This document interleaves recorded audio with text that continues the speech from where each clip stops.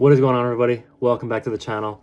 First off, I just want to say a huge thank you to everyone that watched the dirt bike video. I cannot believe that it got that many views. If you haven't watched it, I'm going to put a link either in this corner or this corner. So go watch that after this video. I had a great time riding dirt bikes with John and Johnny. It was one of the most fun videos I've ever made. Also, before we start this video, please subscribe. Please drop a like. It really pushes me further to make more videos. But today we have a different type of video.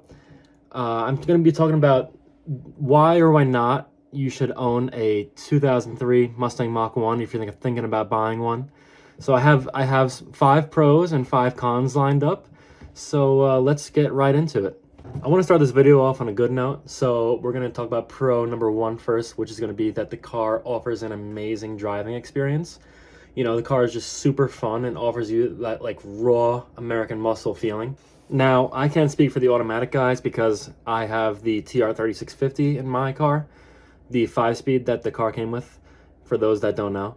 And it's just super responsive. You're put back in your seat every time you slam on the gas, and it's just so fun to watch your passenger just go back in their seat when they least expect it. And this is all through a throttle cable and a cable-driven clutch.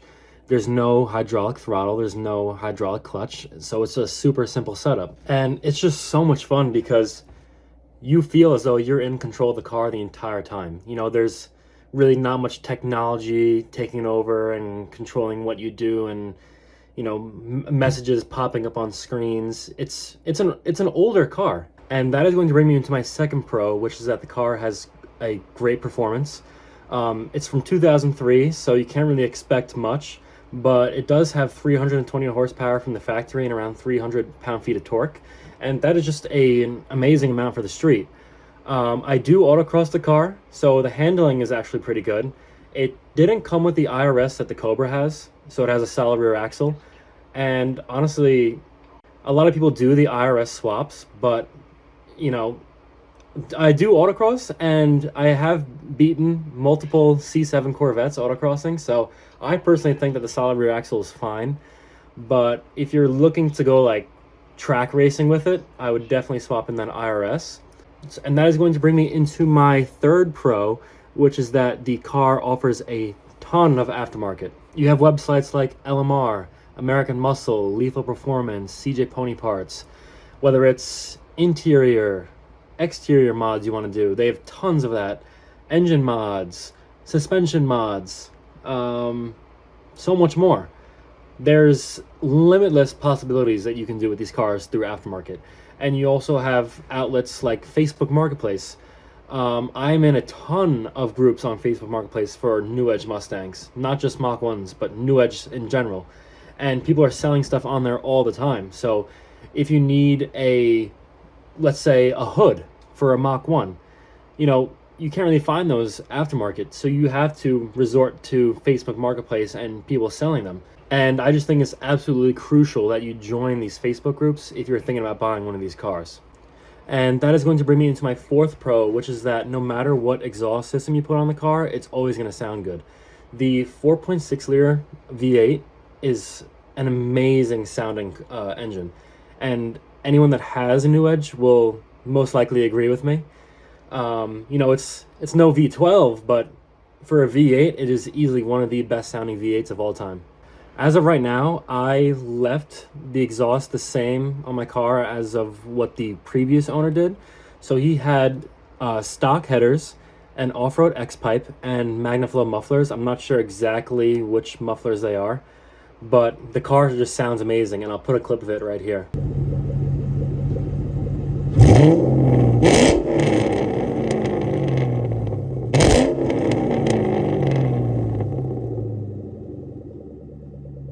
Now, I don't know about you guys, but I think that exhaust note just sounds amazing for a V8. And that is going to bring me into my fifth and final pro about owning a 2003 to 2004 Mach 1, which is its collectibility, and that it's going to hold its value over the course of its life. And to be honest, I think that the value of these cars will only go up.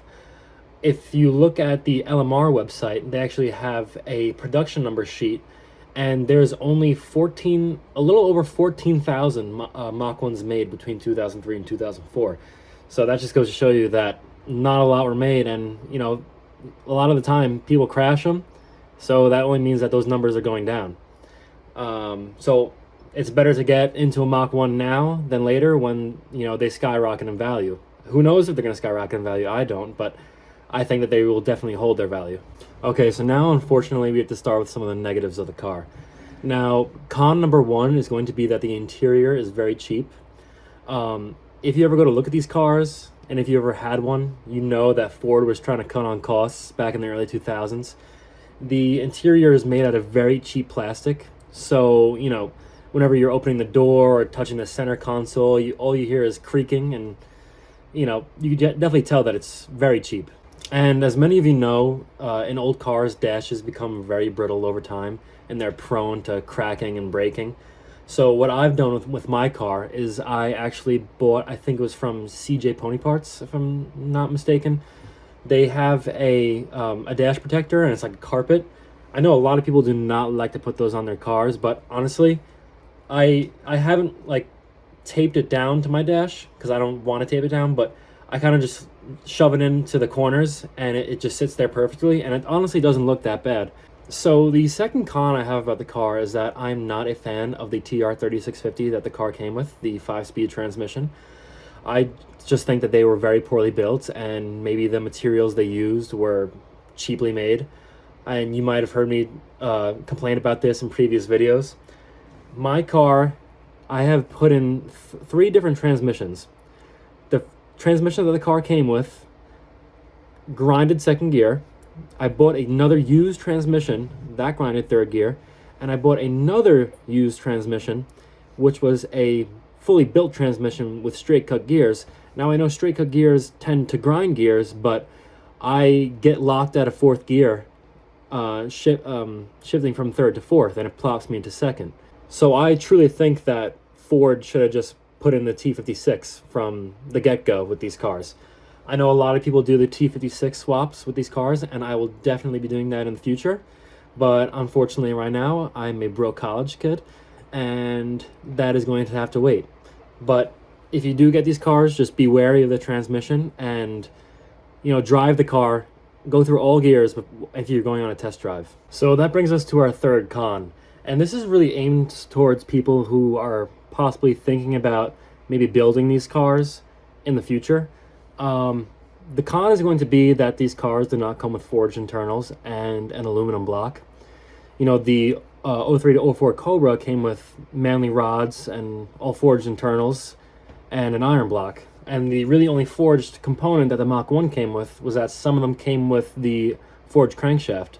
Now, many of you, this isn't an issue, but if you are looking to possibly build this car in the future, it's probably going to be a good idea to swap those out for a fully forged setup, because you don't want to run into any problems with that motor. And if you do run into problems with this motor, modular motors are not cheap to build. So my fourth con is also pretty straightforward. It's going to be that the car lacks technology, and it's just not as safe as today's cars. Many of you know that already because it's a car from 2003 and 2004, obviously. So if that's going to be an issue for you, I would stay away from this car. The only 2 airbags in this car are the one for the driver and in the steering wheel, and the one for the passenger in the dash.